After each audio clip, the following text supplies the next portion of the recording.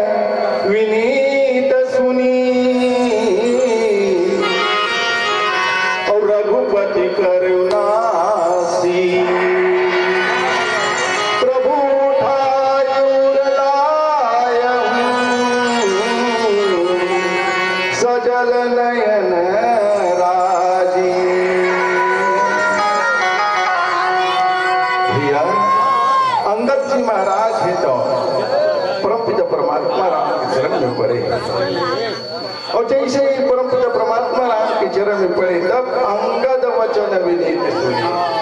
अंगद जी महाराज के करुणामय वाणी ला सुनत और करुणामय वाणी ला जैसे ही सुनते रघुपति करुणाशील तीनों लोक के स्वामी अखंड ब्रह्मांड के नाया परमपिता परमात्मा ही दाम अंगद जी महाराज ला हृदय में उठा ले अपन हृदय में उठा लेते प्रभु उठाई उर लायो दंडवत पदे रहा अंगद जी महाराज प्रभु राम के चरण में और जैसे प्रभु राम के चरण में पड़े रहे तो अंगद जी महाराज ने अपन हृदय में उठा ले और अपन हृदय में उठा के पीछे सजल नयन राजी और दोनों की आंखी में प्रेम के आंसू रहता एकदम भर जाते और जब एकदम भर जाते और एकदम भर जाते तब कथे निज उर मालव सन बनी बाली तनय पहिराए। फिर परमपिता परमात्मा राम गीता अंगद जी महाराज ने उठा लेते अब अंगद जी महाराज ने उठा करके अपन जब माला रहते थे अंगद जी महाराज ने पहिरा देते और जैसे ही अंगद जी महाराज ने पहिरा थे तब क्या होते भजन के बाद